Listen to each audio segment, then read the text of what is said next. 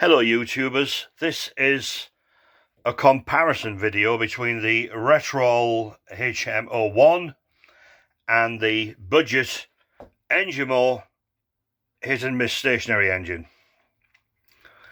Firstly, if we go to the Retrol HM01, this one at the moment isn't running because the plug has oiled up and it is so recessed into the head that I've had to order a spanner, a thin wall spanner from China, to extract the plug to clean it, because there's none on eBay in the UK.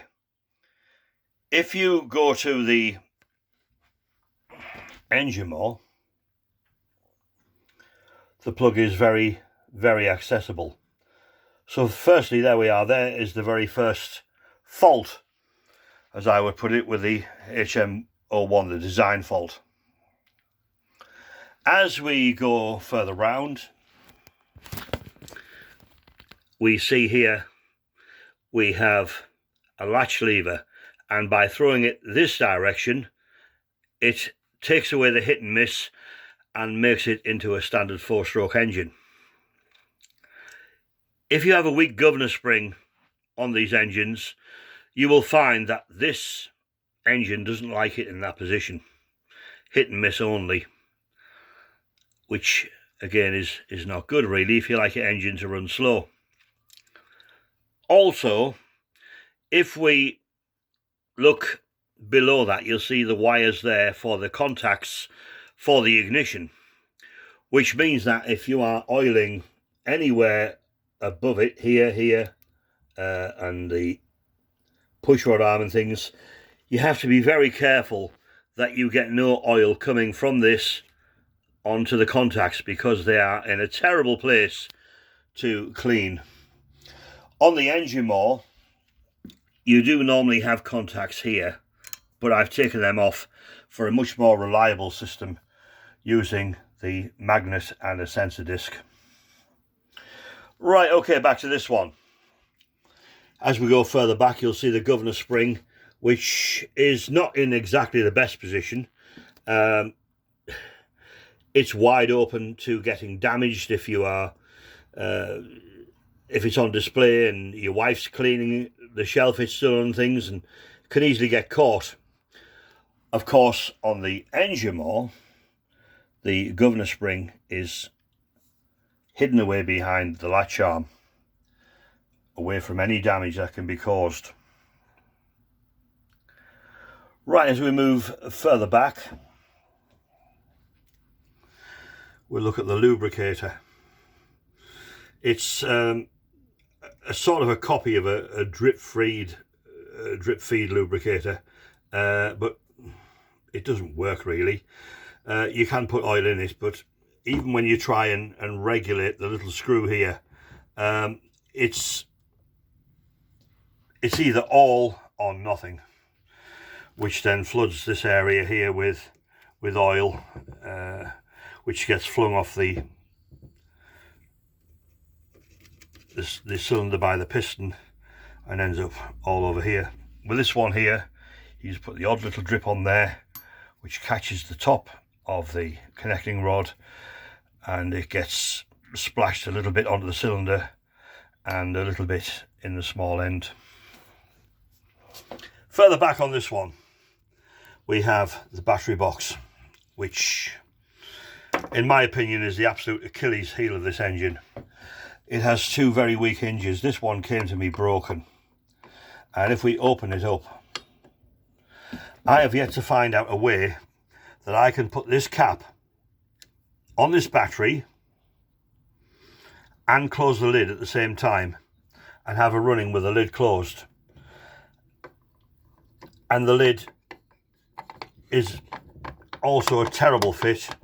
It doesn't close properly, and when it's running it's banging about and things. Again, that to me is no use. When you look at the Enjomor, the batteries are mounted underneath the plinth. Again, in my opinion, that is a far superior place to put the batteries. Although that looks realistic, I find it's in the way. I don't like it. as we go to the engine itself and the mounting of the engine, as you can see with the Enjomor, you've got this high bridge here which lifts it off the surface here, meaning you've got a way of turning it to start the engine. On this one here, it's set very low on the skids. There's no base here on the engine whatsoever, and you can see it's just you can't start the thing because your hand hits the worktop. I know a couple of people who have to use a little string start on this and wrap some string around the pulley there, which tends to be a bit of a pain in the backside, to be honest. You know, 'cause you can't turn the thing, where this one, as I say, you know, you can turn easily. There's nothing obstructing it. So there we are, really. That is the comparisons, really, of the HM01, which also has a loose petrol tank which you can't tighten up unless you pack it well, and the more ruggedly built Enjomor. So there we go. I hope this helps you decide which engine you would like. Don't get me wrong, this is a beautifully built engine. It looks stunning, absolutely stunning, but I say I can't even give you a demo of this one because of the oily plug. And I've had to use a petrol oil mixture, the same mixture I use in this one, but this one doesn't oil up, because of this lubricator, which is either all or nothing, which just gets on my nerves, to be honest. It really does. This one is around £700, and a little shipping on top of that. This one here, 220 quid, 230. Out of the two, well, there's no comparison in my opinion. For looks, this one, yes, but for an efficient little reliable engine, the Enjomor comes up trumps every single time.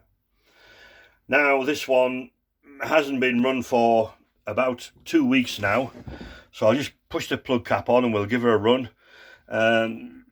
Often if you leave an engine stand, they don't like being started. It just tend to be stubborn, but this one, there's no comparison. I'll just see if I can just put the phone there while I push the plug cap on, if it'll stop there.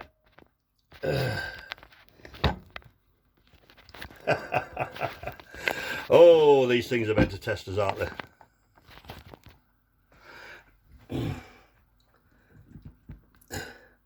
Push the plug cap on,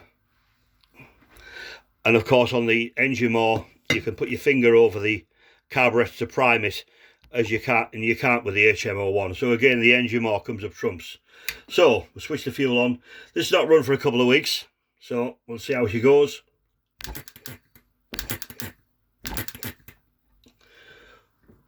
It would help if the plug cap was on. There we are.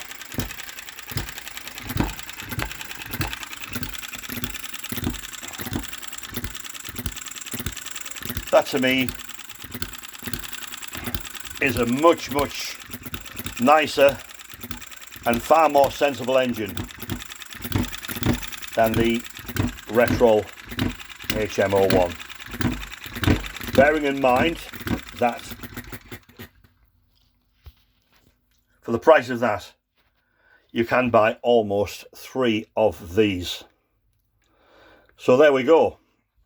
I hope that this unbiased opinion and fair opinion does make you think twice before spending a lot of money on an engine, because this one here, the Enjomor, in my opinion, beats this one in every respect, hand down. I really do honestly, sincerely believe that. Don't forget that we have a group on Facebook. It's called Model Petrol Engine, or Model Petrol Gas Stroke Engines and Stirling Engines in the UK. Come and join us. I'm Gary, one of the admins. Thanks for watching. Bye bye.